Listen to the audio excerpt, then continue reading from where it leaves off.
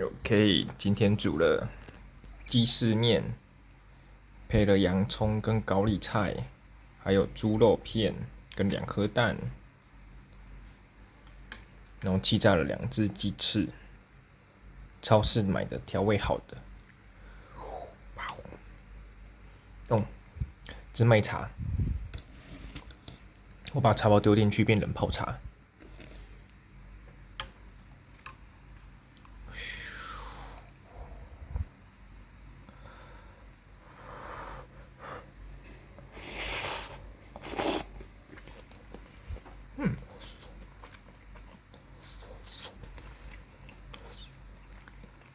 你加洋葱汤会比较甜，这好像是海鲜口味的鸡丝面吧？哇哦！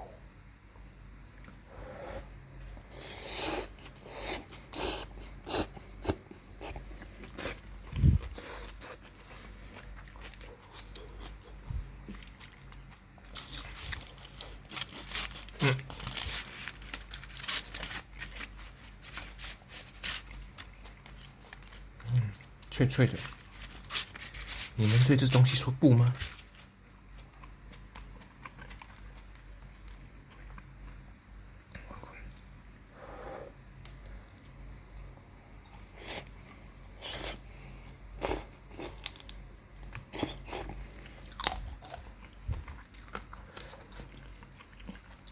有时候我会买原味芝士回来调味，但是这太懒了，直接买那种调味好了。它应该是有点像，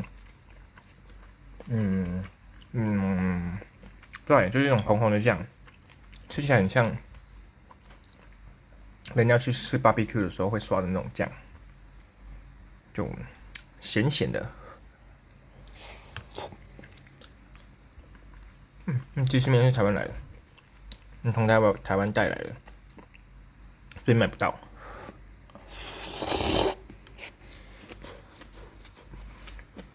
那不管是锅烧面或鸡丝面的煮法，都是要煮完其他料之后，就把鸡面丢进去，然后用泡的，这样那个面里面就会硬硬的，外面会软软的。鸡丝面比较难，鸡丝面太细了，但锅烧面的话一定要这样煮。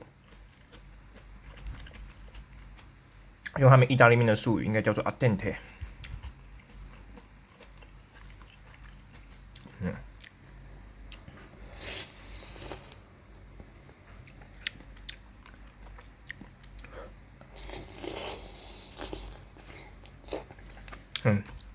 刚煮，要洗一个碗，有菜、有肉、有蛋、有淀粉，然后再细那个鸡翅，完美。